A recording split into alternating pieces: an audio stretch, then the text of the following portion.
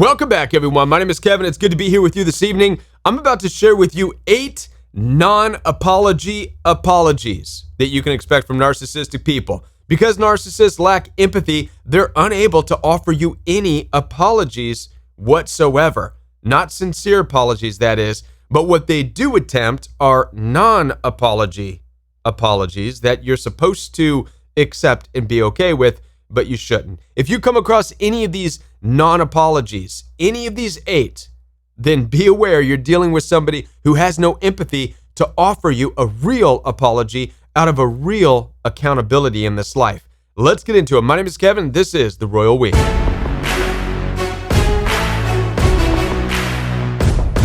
Now, before I get into the 8 most common non-apologies that you can expect from a narcissistic person, let me remind you that I'm here to support you. Down in the description box right below this video, you'll find access for one-on-one appointments with me. I take telephone calls and video calls through Zoom, FaceTime, and WhatsApp, so you do not have to struggle alone. I'm here to strategize with you to help you get through this toxicity and into your path and your purpose in this life. So head on down there, schedule that time with me. Also, The Royal We does have a private membership available for you where you get daily live support from me. With a growing community of people from all over the world, we have weekly fellowship together. We also have weekly Zoom calls together and so much more on the privacy of a members-only app. So head on down to the description box and download the Royal We membership app. If you're having a hard time finding it, look right under this video where it says more and there's some dots. Click on that. That will open up the description box. Now, if you're watching this on the television, you will have to go to your computer, a laptop, or your phone in order to get to the description box under this video. Now, one more announcement for you before we begin, and that's that I invite you to join me Monday through Friday for free right here on the Royal We channel for intensive self-care. In 30 minutes, I am going to destroy your muscles for 30 minutes. What you would typically accomplish in 2 hours in the gym in getting strong, I'm going to accomplish with you in less than 30 minutes, and we're going to do it together. I'm leading you through a fast-paced, high-intensity workout routine that I promise will gain massive results in your life within the next 6 months. Not just physical transformation. We're here to do this for the mental and emotional transformation as well. I'm here to make sure that you are completely healing, mentally, emotionally, and physically. So if you're ready to join me for free right here on YouTube, be sure to subscribe to this channel, hit the bell notification, and be ready at 12:30 p.m. Central Standard Time each and every day right here on this channel. Have your gym sweats on, your t-shirt on. You could do it from home. You could do it in the living room. You could do it in the backyard. I do it in a park. No weights required, all body weight, and a little bit of band use, some bands. All right. I'll see you tomorrow for the workout program. Join me, all right? Now then, let's get into this topic. We're talking about 8 of the most common non-apologies that you can expect from narcissistic people. Make no mistake about it, narcissists cannot apologize to you. Now, the reason narcissists can't apologize to you is because apologizing requires empathy. Now, I've put forth a lot of effort into videos this past week touching on empathy. There's a lot that we need to unpack about empathy. There's a lot we still don't understand about empathy. Empathy is what's responsible to be vulnerable with a partner, with people in your life.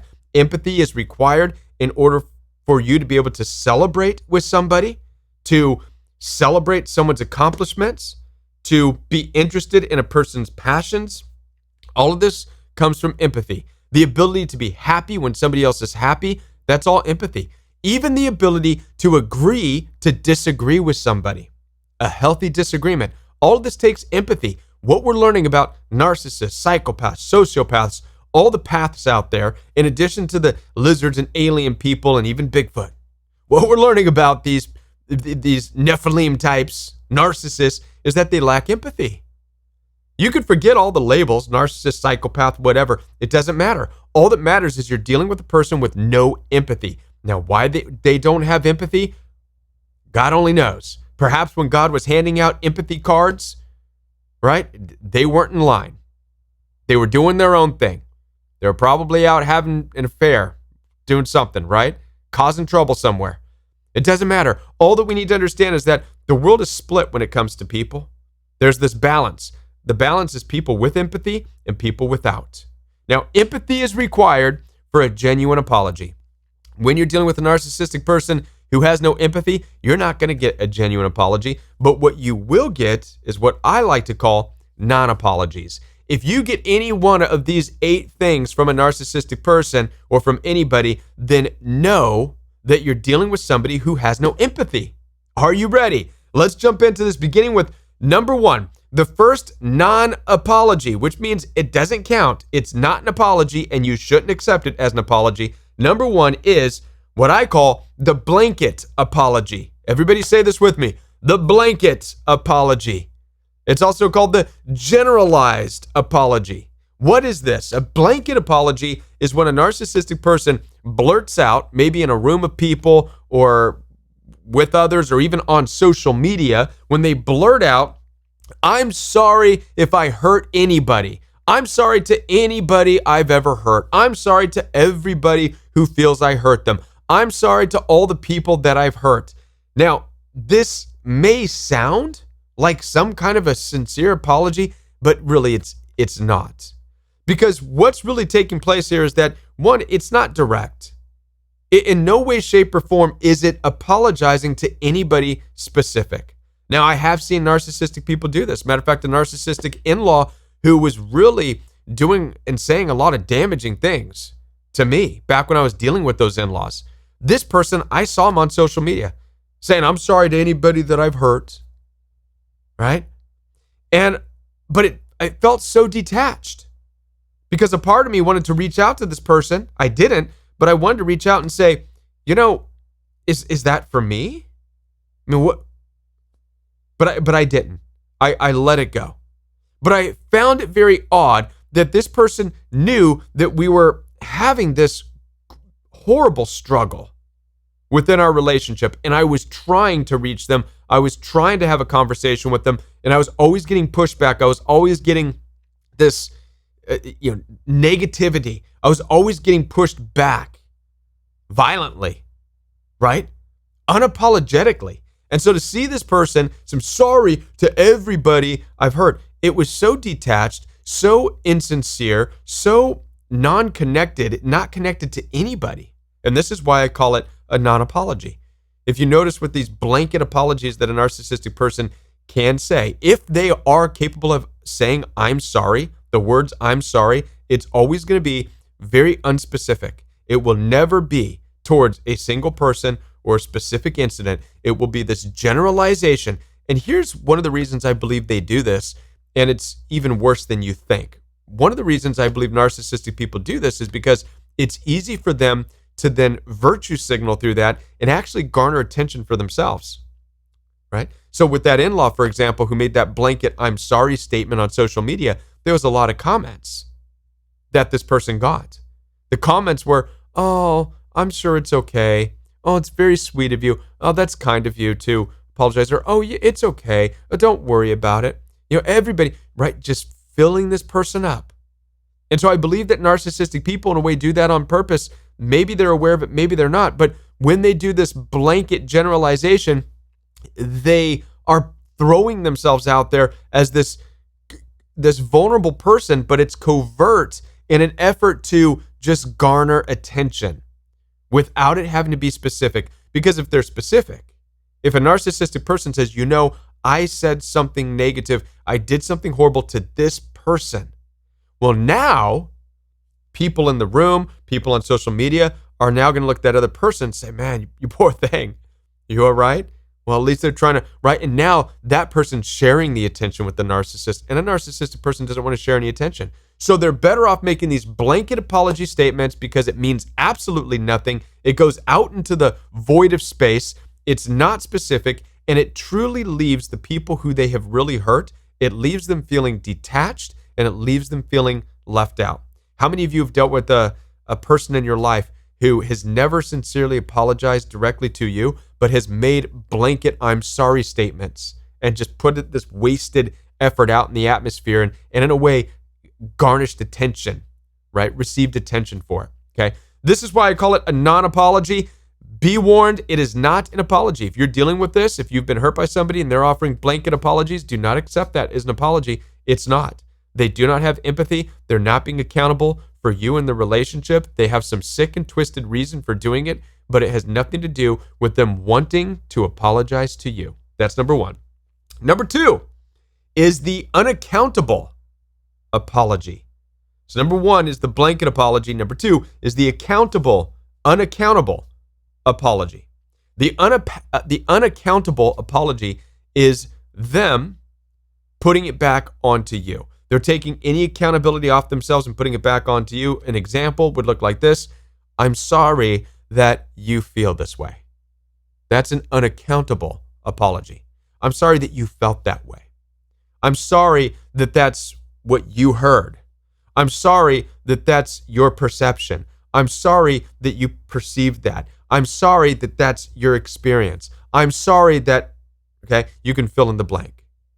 This in no way, shape, or form is a narcissistic person coming to you, being vulnerable with you and saying, hey, I'm sorry that I did this thing to you. You didn't deserve it. It was wrong. I mean, I don't know what got it right. That's what a healthy apology is going to look like. But with a narcissistic person, it's, well, I'm sorry that you feel that way. I'm sorry that that's your experience. They're putting it on you, making you think and question yourself. Well, maybe you're the one taking it too seriously. Maybe you're the one that's reading too deep into it. Maybe you're the one that heard it the wrong way.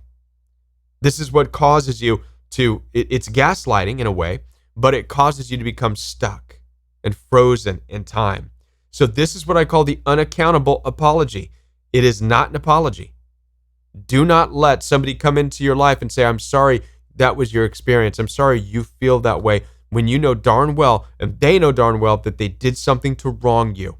They said things that were hurtful to you. They behaved in a way to try to hurt you, to try to bully you. And for them to turn around and say, well, I'm sorry that you perceive it that way, or I'm sorry that that's what you feel. I'm sorry I made you feel that way.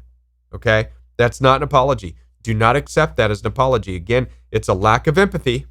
You might as well be listening to a robot. That's how a robot would talk to you.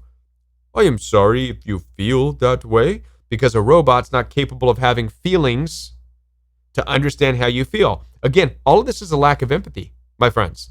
It's the lack of empathy which makes it so that a narcissistic person cannot even understand your feelings at all, period end. Okay? So that's number two, the unaccountable apology. Not an apology, it's a non-apology. Number three is the implied apology. Everybody say this word with me, implied apology. What is this? The implied apology is them saying something that maybe they did, and it's implying that maybe it's an apology, but it's not. So an example would sound like this. Oops, I made a mistake. I made a mistake. I messed up. And yes, although narcissistic people live in this grandiose, delusional world, I have heard narcissistic people say, I made a mistake. I've messed up. Oops, I messed up. Oops, my bad. Okay, these are not apologies. Narcissistic people can in fact do this. Oops, I made a mistake. I messed up. My bad. Again, it's an implied apology. And that's how you might take it. You're liable to stand back and say, okay, I guess that's an apology. No, it's not. Not even close. Again, narcissistic people don't even get an A for effort. It's not an apology. It comes from no place of empathy. All right? All they're doing is, again, drawing attention to themselves, right? Being able to be okay with, well, I made a mistake. We all make mistakes. I've made a mistake. Okay? That's not an apology, especially if they say that after they did something horrible to you, right? After they accosted you verbally, mentally, emotionally, physically attacked you, right? Oops, my bad, my mistake. Oh, I really messed up this time. That's not an apology. That's I don't care. I make mistakes. I don't care. So what? All right? Again, non-apology. All right? So that's number three. Number four is what I call the yesteryear apology, or the looking back in the past type of an apology. And what this sounds like is, the things I may have done are not who I am today. The things that I may have said in the past are not who I am right now. I wasn't in a good place back then, okay? These are not apologies. It's avoiding, all right? It's avoiding the reality of what's happened. It's leaving things in the past so that they don't have to apologize.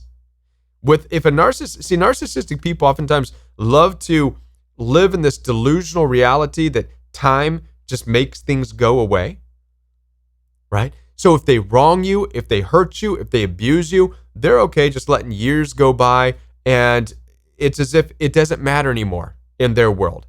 No closure, no apology, time will heal, and they believe that you should just forget about it. Oh, it's been so long. It was so long ago.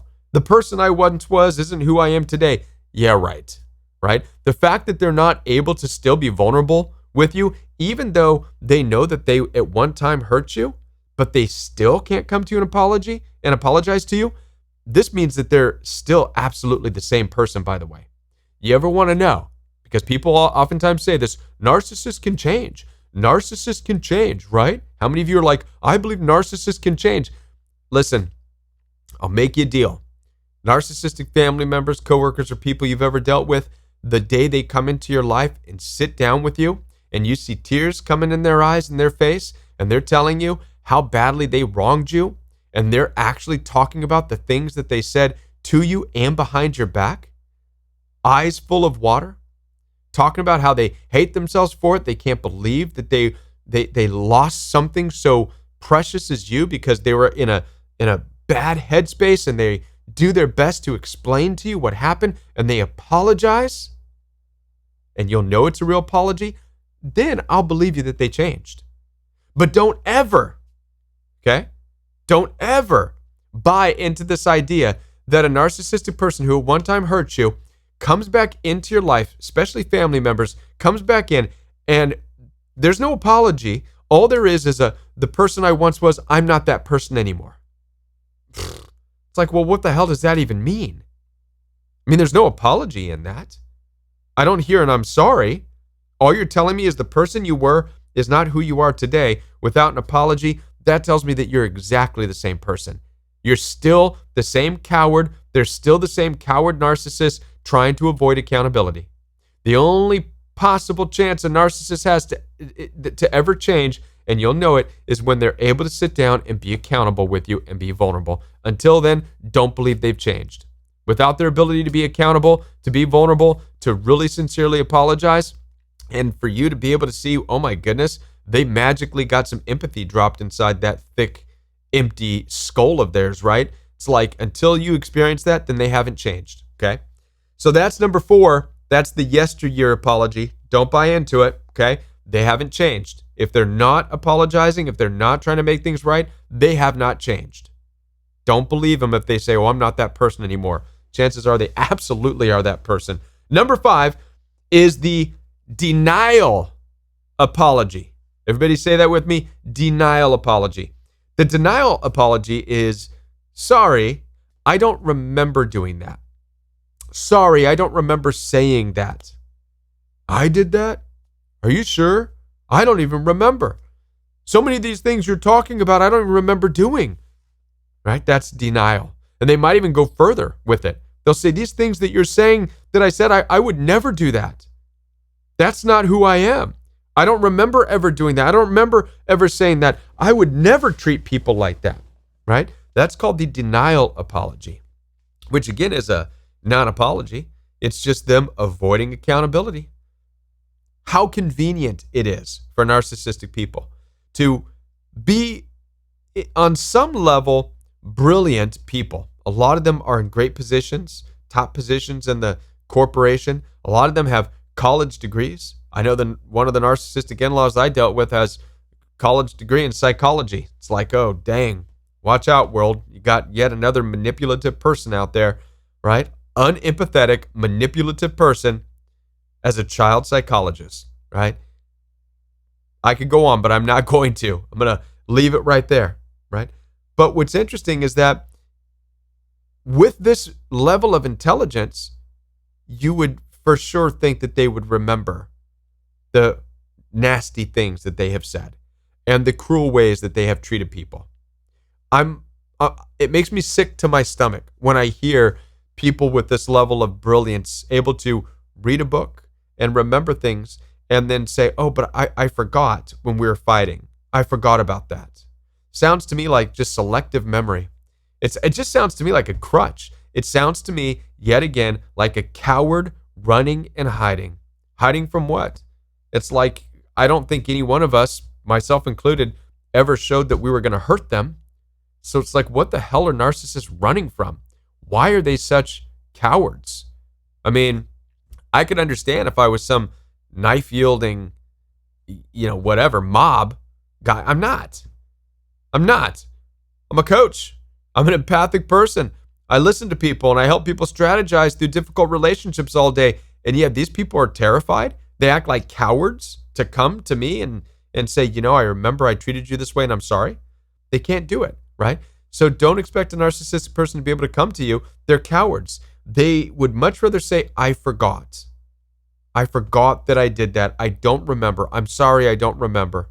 All these things you're saying that I did, I just don't remember it. It's interesting in my experience with this person, this one in-law, we were discussing things, this was years ago, before I went complete no contact. But I remember I was asking them about when we first met, if they remembered we went to Knott's Berry Farm out in California. And I said, I remember, this was back when we got along. This is before all the narcissistic rage, right? This was back when I was being love bombed by the in-laws. We went on this ride together at Knott's Berry Farm. Now, I remember it, but I purposefully left it out, the name of this ride out. And I was writing this person. I'm like, I remember when we met and we got along well. I remember we sat next to each other on this ride at Knott's Berry Farm, this thing that shot up and came back down. And their response back to me was, oh, that's right. You sat next to me. We sat on Supreme Scream together or whatever. They named it. And I was thinking to myself, wow, you can remember the name of a ride we were on, but you can't remember the week after week after week of the constant bullying with the family dynamic and the name calling and the cussing and the screaming and the yelling and the throwing things at me. Really? But you remember a name of a ride that we went on? What a trip that is. So this is what awakened me to the reality that they are definitely in denial. They're doing it on purpose. They're lying because they're cowards. The reason they're cowards is because, again, they don't have empathy, right? It requires empathy to be vulnerable. They don't have it. They have a big, empty black hole where empathy should be, all right? That's the denial one. So there we go. 1, 2, 3, 4, 5 is denial. 6 is the moral apology. A moral apology is not an apology. It's a non-apology. What's a moral apology? The moral apology sounds like this. I'm a sinner. I'm a sinner. I'm not perfect. I never said I was. Now, a narcissistic person can, in fact, say this.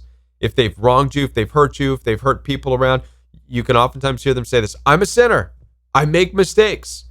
I'm a sinner just like you. I'm a sinner. We're all sinners. Again, this is not an apology. This is an avoidance of an apology. This is why I call it a non-apology. They're making it sound like it's okay.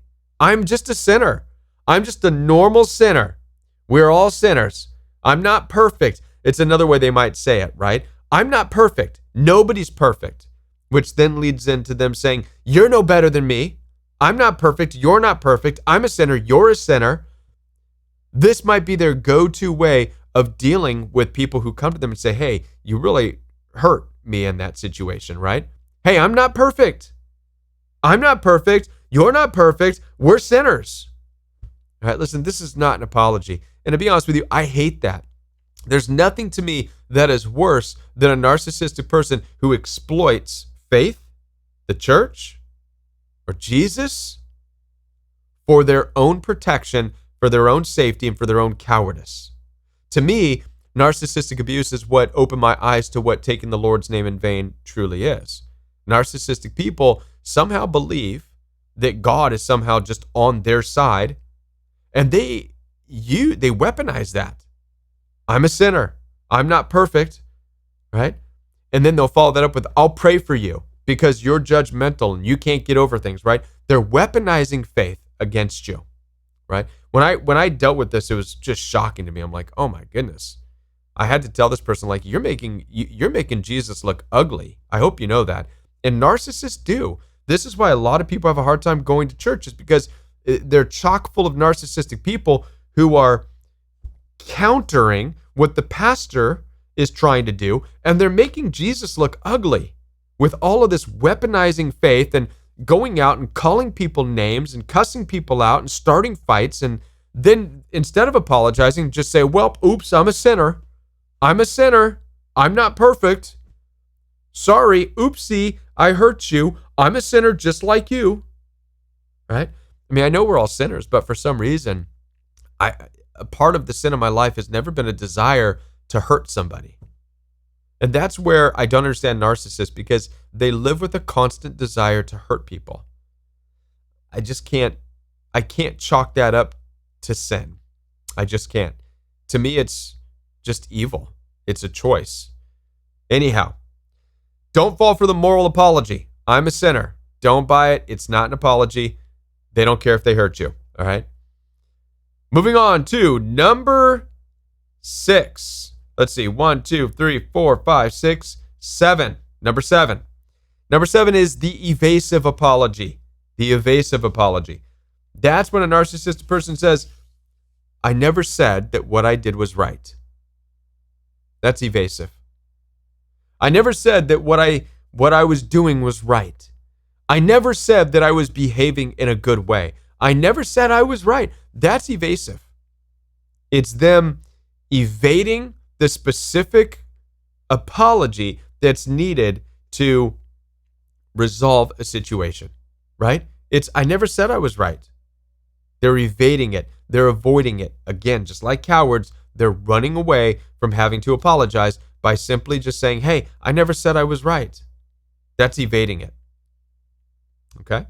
Oftentimes them being able to even put it on you, right? You didn't have to stay, they'll say. You didn't have to be there. Even if I was yelling and screaming, you didn't have to stay with me. You didn't have to be there. You could have left. See, all of these things are evading. It's evasive tactics. Once again, to avoid what they're terrified of, which is accountability and vulnerability. That's the evasive apology. Again, it's a non-apology. Don't accept it. Number 8, the gaslighting apology. Is that number 8? 1, 2, 3, 4, 5, 6, 7, 8. Yep, number 8 is gaslighting apology. The gaslighting apology is a narcissistic person telling you that they have tried to apologize or that they have apologized and you just don't remember. That's a gaslighting apology. By the way, you're never going to forget somebody who comes to you and you have a moment where they're apologizing and there's a bridge being built where the foundations in the relationship was broken. You won't forget that. You'll never forget an apology. Listen, I remember people who apologized to me when I was in grade school, and we became best friends after that. How many of you can recall when somebody genuinely apologized to you? You don't forget that. So for a narcissistic person to say, I have apologized, you just weren't paying attention or you missed it or whatever the case may be. You just forgot, right? For them to say that to you, which is gaslighting, it causes you to question your reality. It causes you to pause long enough to say, wait a minute, did they try to apologize? Did I miss it? Is there something wrong with me? Did I miss something? And it causes you to freeze and be stuck in the relationship.